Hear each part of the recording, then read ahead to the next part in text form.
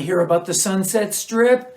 Go to my website, jizzypearl.net, all you new subscribers, and check it out. I've written a bunch of books and they totally rock. Get them at jizzypearl.net. Art of Singing Part 3. Wow, Part 3 already. That's cool. But today, we are going to venture from the physical to the esoteric. Now, I've talked a lot about the practical aspects of singing and the mechanics of it. You know, how to have a strong stomach, how to sing correctly from your throat, how not to push air. These things are great. I can tell you about them, but you have to do them. That's the thing. You have to keep doing them until it's natural and you don't think about doing them. So it's up to you. You have to practice, practice, practice. All right, so I've gotten comments and I've gotten some emails from people who have watched these videos and actually have gotten something out of them. They've benefited a little bit from my wonderful wisdom. And I think that's great because I'm not some accredited vocal teacher. I'm not. I'm just a guy who has toured for years and years and years and learned through experience of life how not to lose his voice. Being the lead singer in a band is the greatest job in the world until for some reason you lose your voice and then all of a sudden you are like some giant liability. You're on tour and you keep losing your voice all the time and you're going to get replaced. It's just business, man. I hope you guys are listening and feel free to leave the comments in the comment section below and let's get started. Now, do you have the passion to be a real singer? Do you have what it takes? You have to have the passion to want to be a singer. When I was a kid, there was no American Idol. There was no contest that you could somehow fast track yourself to the top of the charts. The only real way to make it in music is to work at it. That means rehearsal. That means practice. That means writing songs. You have to write a bunch of bad songs before you get to the point where you're writing good songs. It just takes time and hours of work. You have to learn how to be in a band. You have to learn how to be a band leader. But there are a lot of people out there that don't want to put in the work. That they basically say, well, I'm going to give this band 3 months, and if it doesn't get a major record deal by then I'm gone, man. I mean, these people actually exist, but they never make it. They never make it because they burn all their bridges. They piss people off. They get a reputation as a flake. No one wants to work with someone who they think is only using them as a stepping stone. Are you ready? Is your band ready? Who knows? Love Hate made a dozen demos over the years. We thought we were ready, but we weren't. They were exactly what they were, demos. It took a long time for me to find myself as a singer. You know, take Robert Plant, take some Ronnie James Dio, take some Roger Daltrey, and put them in a giant blender. I think that's the best description of how I think that my voice came out. I got Robert Plant's high voice, I got Ronnie James Dio's vibrato, and I got Roger Daltrey's swagger. So I think. There's no easy way to do this. I'm telling you, there's no way you can buy soul. When a person has soul, it comes from within. It's earned through years of hard work, like sands in an hourglass. But you know what? It can happen. Do you have the passion? Do you? Do you? The passion to rehearse, the passion to practice singing. Even when you're tired, even when you've worked 8 hours a day, you have to be able to want to do it. Even when you don't want to do it. You got to go make some coffee, you got to go into your man cave, and you got to set aside that 45 minutes or an hour, and you have to rehearse. You have to practice your singing, you know, putting on the records.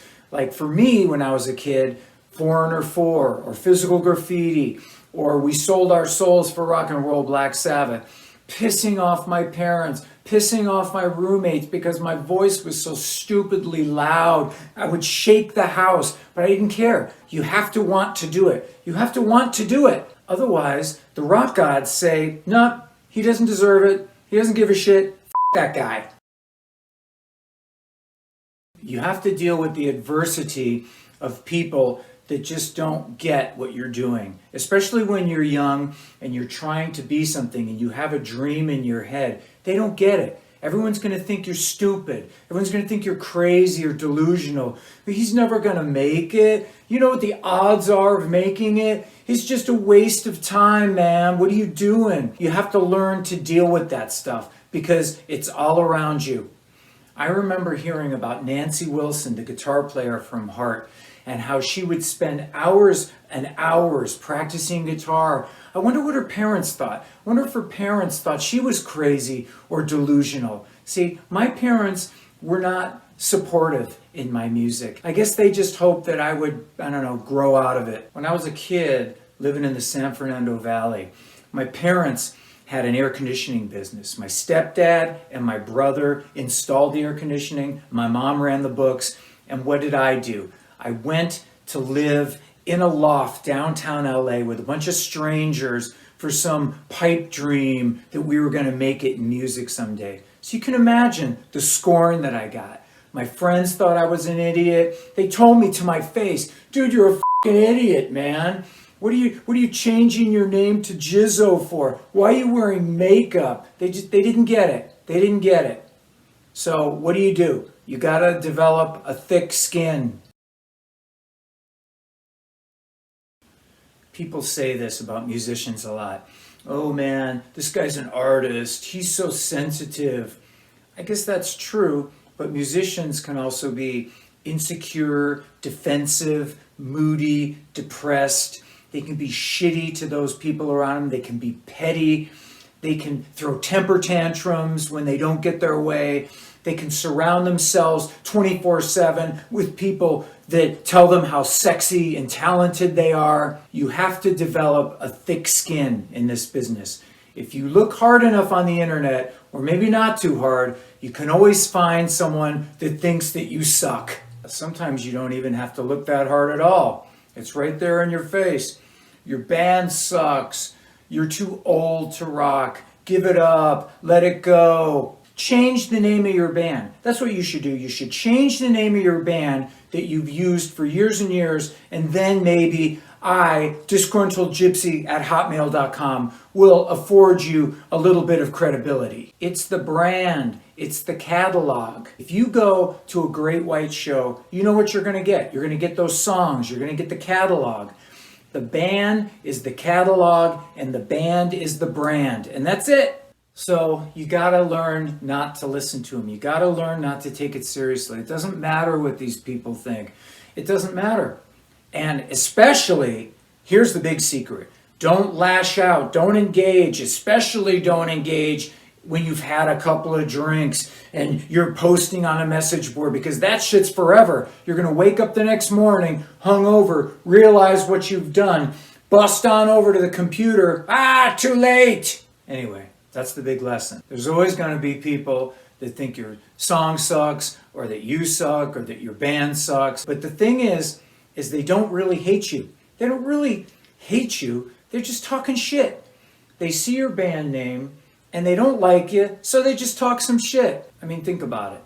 You'd have to be a fucking weirdo in your 50s to really sit there and be that energized about hating White Lion. Why do you hate White Lion? I mean, it doesn't make any sense. They're just talking shit. They're talking shit on them. They see your band's name on the internet, and it's for fun. They just, well, that guy sucks. Oh, I don't like that guy. Oh, those songs suck. Doesn't matter. They're just talking shit. And they're not going to see your band anyway, so who gives a what they think? And if they get really shitty, if they get really stupid, then you just block them. Them. Send them to the phantom zone. Don't take that shit seriously. But do take your music and your singing seriously, because at the end of the day, you're only as good as your last gig, and that's all that matters. Okay, I touched on this before. Don't burn bridges. Try not to burn bridges. Put it this way. I toured with Skid Row in 1991, 30 years ago, and I'm touring with them now. Why? Because I didn't burn the bridge. People get reputations out there for being an asshole, and it sticks. I could give you names, famous names. For example, if your band is playing someplace and you're at sound check Don't publicly humiliate the sound man in front of people, or don't berate the monitor guys in front of people. Maybe they're not as skilled as what you're accustomed to because you're a touring band and you're playing some club in the middle of nowhere. Try not to humiliate these people. They work at a club, they're doing their best. That sound man can ruin your sound on purpose, for fun, just because you were a dick. If the club is feeding you dinner like most clubs do, don't put down the guy's food to his face. Don't tell him that his food sucks. Oh, dude, your pasta sucks, or this soup is really bland.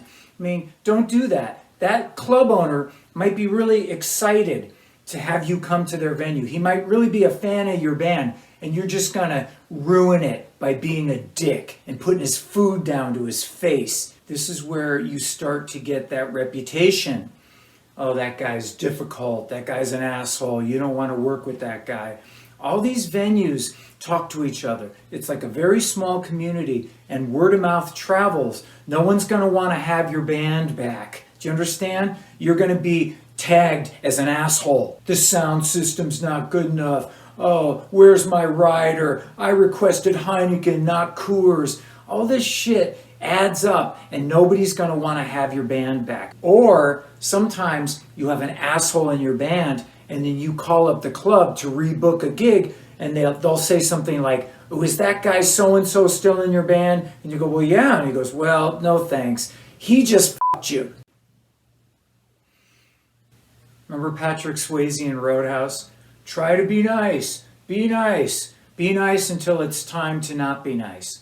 So when I'm telling you all this stuff about not being a dick and not insulting people, that doesn't mean that as a band guy or as a band leader, you don't stand up for yourself. You have to assert yourself sometimes when you're traveling as a touring band, or else people will just take advantage of you. So you have to stand up for yourself, but you have to do it as a pro.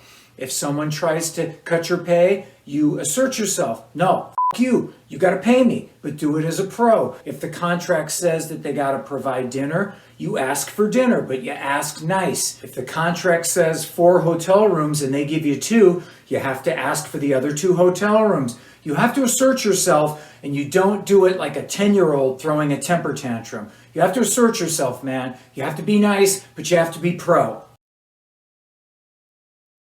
The days of getting fucked up on stage are over. They're over because of the internet, because of YouTube. But unfortunately, some people haven't gotten the memo yet. Some people still think it's old school to drink 9 vodka cranberries before they get up on stage. And it just isn't. There's nothing more pathetic than a bunch of old dudes stinking up on stage with that shit-eating grin, out of tune, thinking that they're rocking the house. And you look at the audience is just going, oh, this is just sad. You've seen it, the drunk lead singers up there slurring their words, cracking stupid jokes that only they think are funny. It's sad, it's pathetic. Don't be that guy. There also seems to be a lot of YouTube channels where basically these nobodies make fun of rock guys. They find the worst picture possible and the worst video, and they just sit there and they bag on it with that Wayne's World level humor, just talking shit. I mean, basically, what, JBJ should give it up, Coverdale needs to retire, Vince Neil needs to retire. Vince Neil should retire? He's playing stadiums. Why don't you retire? More faceless internet shit talking. It's everywhere. You know what? When I did my little vlog on JBJ, I didn't do it out of malice. I didn't do it because I don't respect the guy's catalog, because I do. Those guys work their asses off to get where they are. They've been touring for 30 or 40 years, just like me, touring and working hard to get where they are. So I would never tell someone like Coverdale that he needs to just stop, or Vince Neil, oh, you need to give it up, or JBJ, you need to stop singing. Hey, man, it's not my fucking business. Keep doing it, man. Keep doing it. Anyway, I don't know. That's my opinion anyway. Don't sweat the small stuff. Don't sweat the small stuff. concentrate on doing your best. You practice and rehearse and write songs and play gigs, and maybe one day, maybe it'll happen for you, whether you're an up-and-coming band or an old fart like me. All these mechanics and things I'm telling you make sense, and they are good little tools in your toolkit. Young bands out there seeking fame and fortune, good luck. You're going to need it. Prepare yourself for years of hardship and pain, and that's, I guess, the rock god's way of grooming and weeding out the men from the boys. The best revenge, in my opinion, is longevity. The best revenge is somebody going on Facebook and seeing 40 gigs from my band. Yeah, give it up, let it go. No, I don't think so. I think I'm gonna keep going. In fact, I think I'm going to just keep gigging, and f*** you. Here's your old pal Jizzo, rockin' and rollin', and we'll see you next time.